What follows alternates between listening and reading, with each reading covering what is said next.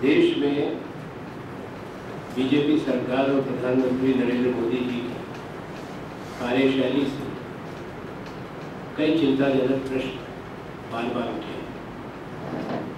शासन, प्रशासन, नीति, निर्णय का पूरी तरह से पहले दिन से केंद्रीकरण करना, एक कार्यालय, एक व्यक्ति के पास हर निर्णय की पूरी शक्ति देना, कैबिनेट फॉर्म ऑफ गवर्नमेंट को निरस्त करना, मंत्रियों को अपॉइंटमेंट कमेटी ऑफ कैबिनेट से पहले दिन के फैसले से बाहर करना, सचिवों की और दूसरे उच्च अधिकारियों की मंत्रालयों में नियुक्ति मंत्रियों की जानकारी के बिना,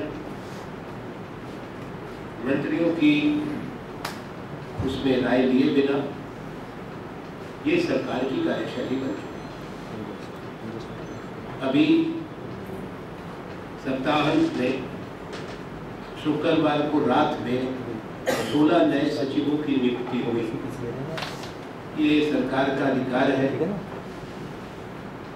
कि वो किसकी नियुक्ति कहाँ करे।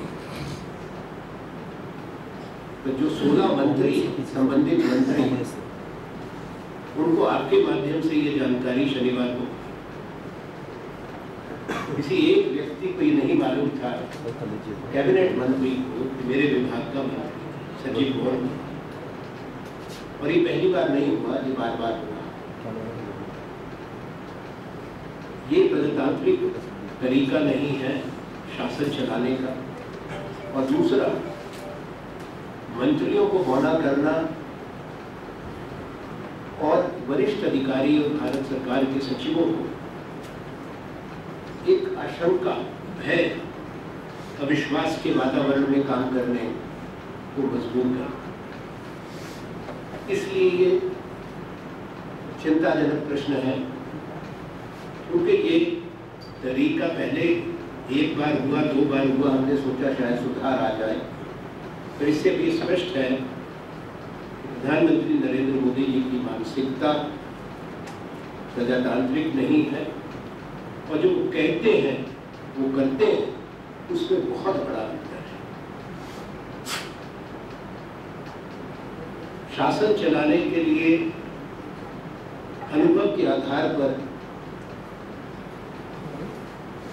पिछली सरकारों ने निर्णय लिए थे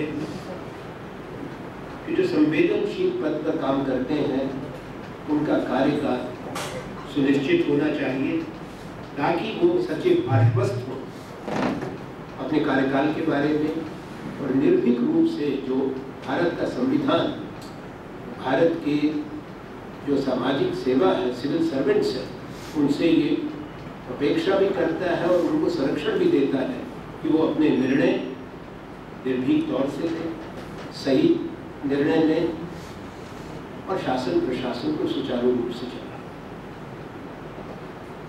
उस सारे संरक्षण को खत्म कर दिया गया। एक के बाद एक वो सचिव जिनका निश्चित कार्यकाल होता है, विदेश सचिव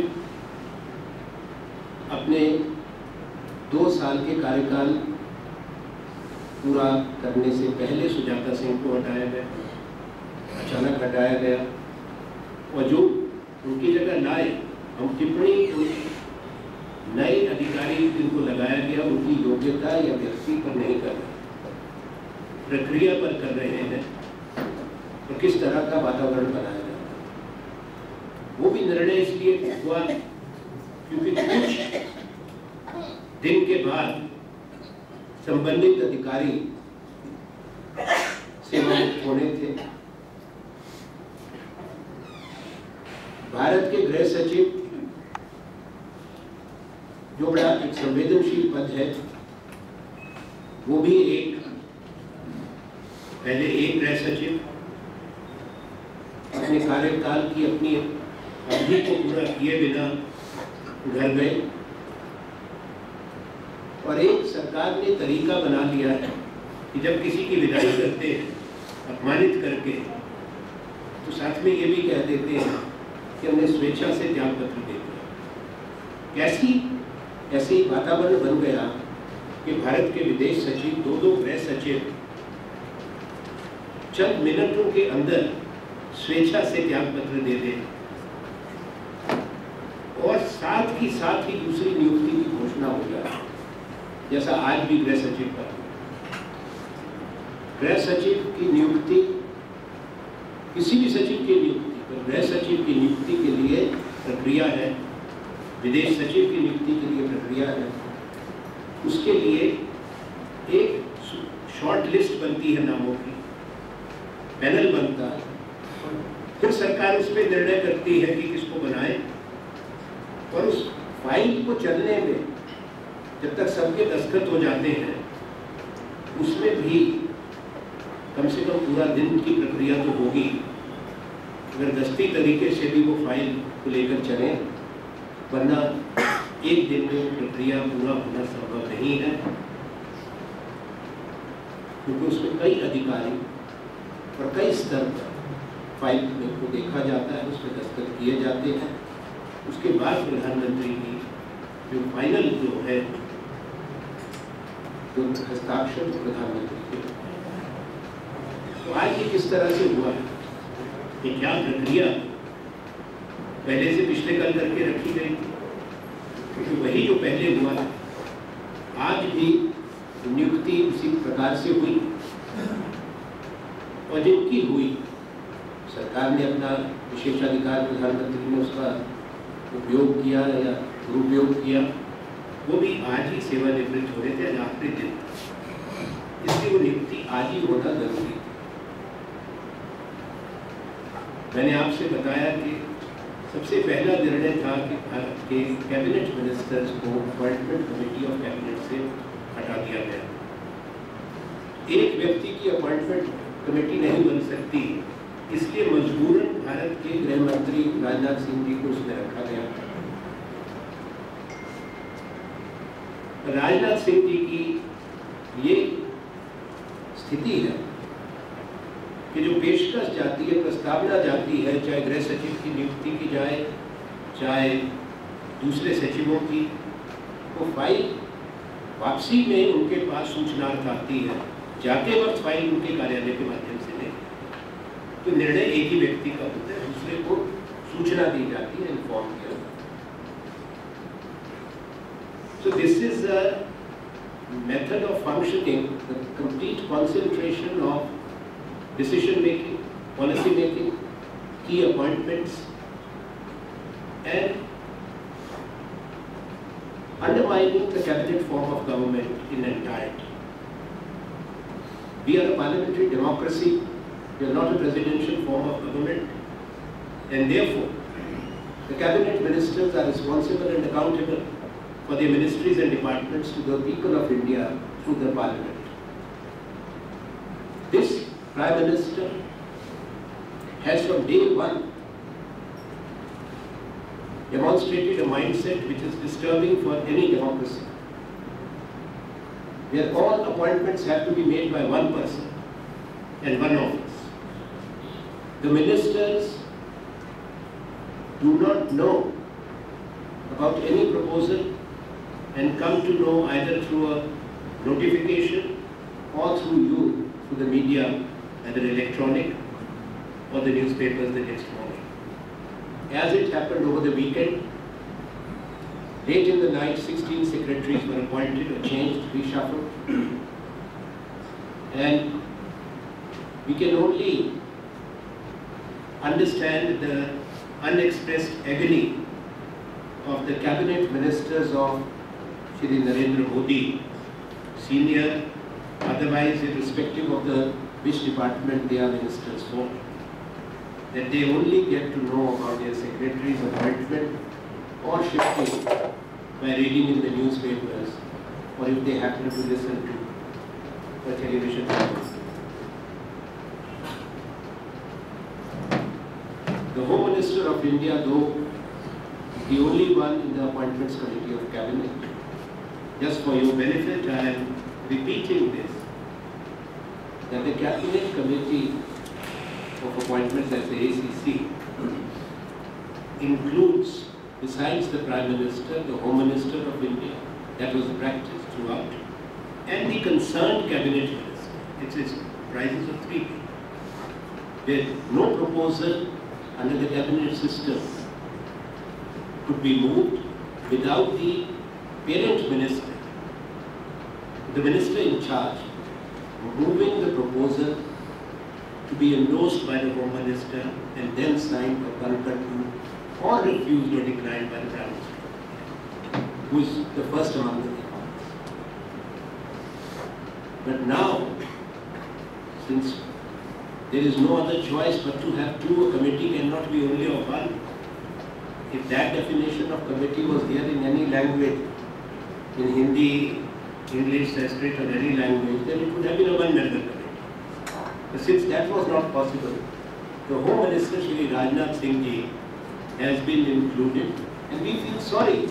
The Home Minister of India is a very, very important person, but the file comes only when it is on its way down for information to the Honorable Home Minister.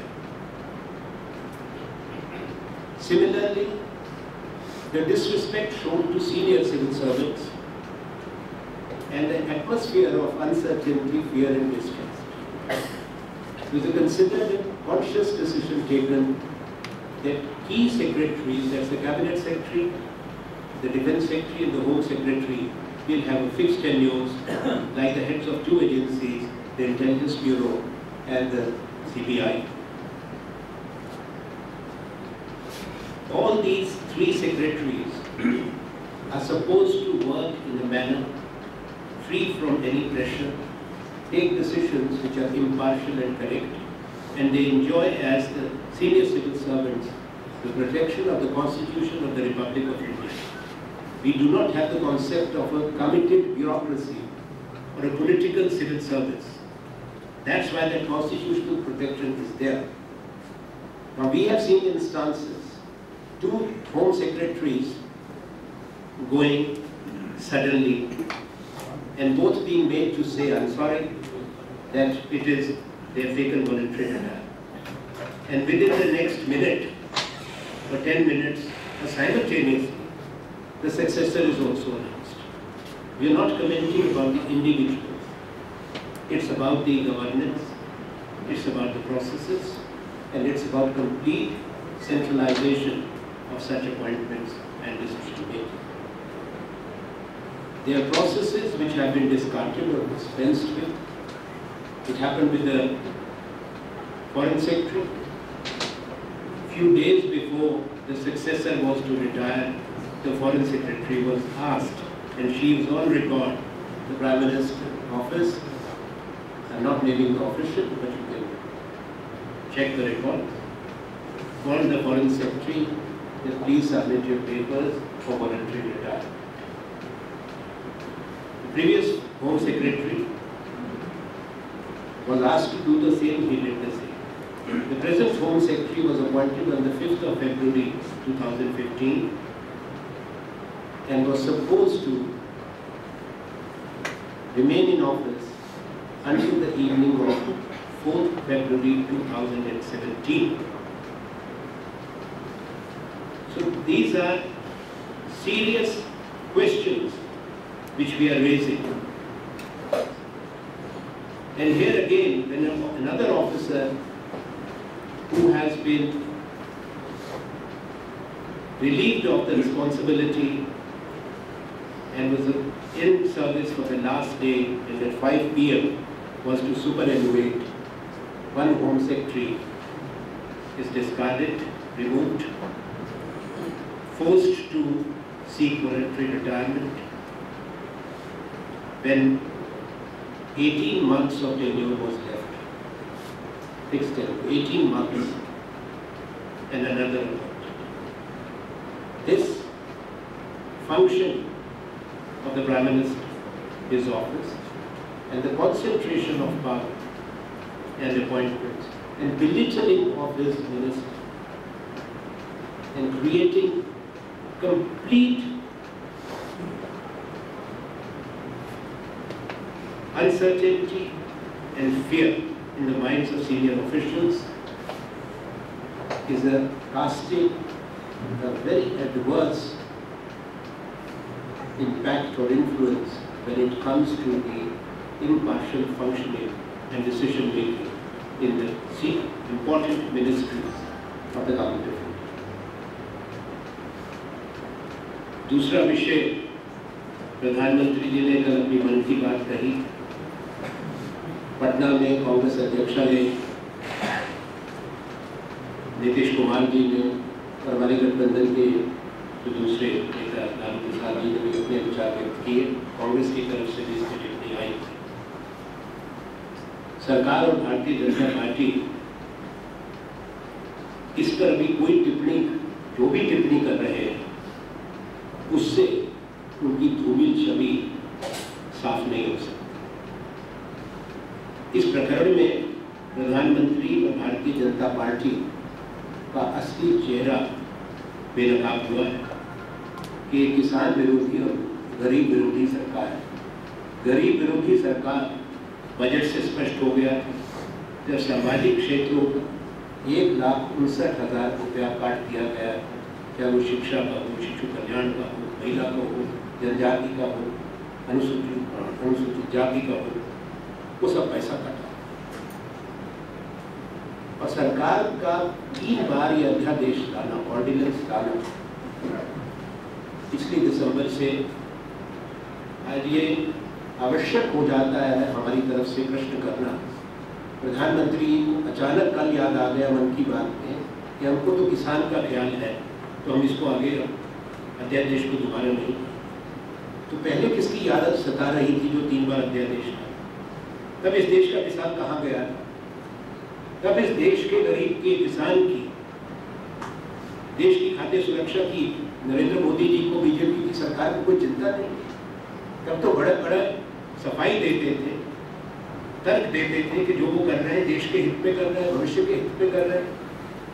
देश से प्रधानमंत्री ने, इनके मंत्रियों ने, चाहे वो गडकरी हो या और हो, जिन्होंने भी बयान दिए, इन्होंने झूठ बोला और गुमराह किया और अभी भी कर रहे हैं।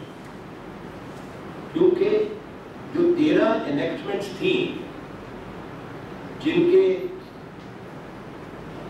माध्यम से भूमि का अधिग्रहण हो सकता है, जो चौथे शेड्यूल में थी, 4th शेड्यूल में, जिसको बाहर रखा गया था 2013 के लार एक्ट के अंदर, उसमें स्पष्ट किया गया था कि 12 महीने के अंदर सरकार इस पे नोटिफाई करेगी। 12 महीने दिसंबर 2014, 31 दिसंबर को पूरे हो गए। उससे पहले ही अध्यादेश था। तो अध्यादेश में कई बातें लाई। एक तो कंसेंट, रजामंदी को हटा दिया गया। Social impact assessment, public purpose के लिए अगर सार्वजनिक कारणों से आप भूमि का अधिग्रहण करते हैं तो उसमें ना तो कंसेंट हो, ना रजामंदी हो, और साथ में सोशल इम्पैक्ट, सामाजिक उस पर क्या प्रभाव होगा, उसको हटा दिया जाए। और इंडस्ट्रियल कॉरिडोर्स के दोनों तरफ 1-1 किलोमीटर, अब industrial corridor, Delhi Mumbai industrial corridor 14,083 kilometre का है। दक्षिण का कॉरिडोर 1200 किलोमीटर का है, जो चेन्नई बेंगलुरु से चित्रदुर्गा तक का है। अमृतसर कलकत्ता कॉरिडोर 2000 किलोमीटर का है। अब देखिए, देश के चारों तरफ जो इनकी प्रस्तावना थी, उसका 1-1 किलोमीटर आप गिन लें इन चारों कॉरिडोर्स का, कितनी ज़मीन बनती है और कितना इस देश को नुकसान होता, कितना किसान को नुकसान होता और कितना देश की खाद्य सुरक्षा पर इसका असर पड़ता। हमने सोच कर कहा था कि एक वो ज़मीन जो सरखेज है, जिसमें पानी आता है, जिसमें एक से ज़्यादा फसल होती है, उसका अधिग्रहण नहीं होता, क्योंकि भारत को अपनी खाद्य सुरक्षा देखनी। मैं उदाहरण रूप में कहता हूँ, आपको देता हूँ कि पिछले साल तक हम एक्सपोर्ट करते थे, निर्यात करते थे चावल का, गेहूँ का। अब कमी हो गई तो निर्यात बंद हो गई। कोई देश दुनिया में, कोई भी देश पूरे विश्व में ऐसा नहीं है जो 127 करोड़ के भारतवर्ष को खाना खिला सके। वो भारत को खुद करना है, हमारे किसान को करना है, हमारी जमीन को पैदा करना है। प्रधानमंत्री मन की बात करने से पहले देश से माफी मांगे 1 साल तक, लगभग 10 महीने सारा डेवलपमेंट, सारा विकास रुक गया। कोई कारखानों के लिए, इंफ्रास्ट्रक्चर के लिए भूमि का अधिग्रहण 10 महीने तक इसने रोक के रखा। मैं कहूँगा 1 साल, जब से सरकार आई तब से इन्होंने प्रक्रिया शुरू कर दी, एक के बाद एक अध्यादेश लाए। जब देश के किसानों का विरोध हुआ, भारतीय राष्ट्रीय कांग्रेस के साथ समूचे विपक्ष ने एक साथ खड़े होकर इसका विरोध किया, उसके बावजूद भी प्रधानमंत्री अपने राजघाट पर अडिग रहे। और वातावरण और परिस्थितियों को देखते हुए और ये स्वीकार करते हुए कि ये कानून जो ये गलत ला रहे हैं ये कभी भी पास नहीं, मैं उसको बड़े जिम्मेवारी से कह रहा हूँ। जो इनकी मंत्रियों की, प्रधानमंत्री की बार बार ये बात थी, they were talking about the joint session, we will have this passed. They misled everyone, and we were saying that there is no question of a joint session being convened. They were misinterpreting and misreading the Constitution. They tried their best. Now it is not coming as a realization. Prime Minister should, if he has realized, apologize. But even now, his party and his ministers are still trying to offer fig leaves of apology and explanations. That must end, because it is now becoming more and more undignified. Not that they had grace as a government at any given point in time. The last thing which I want to say to this government is about the interference with and abuse of agencies of the government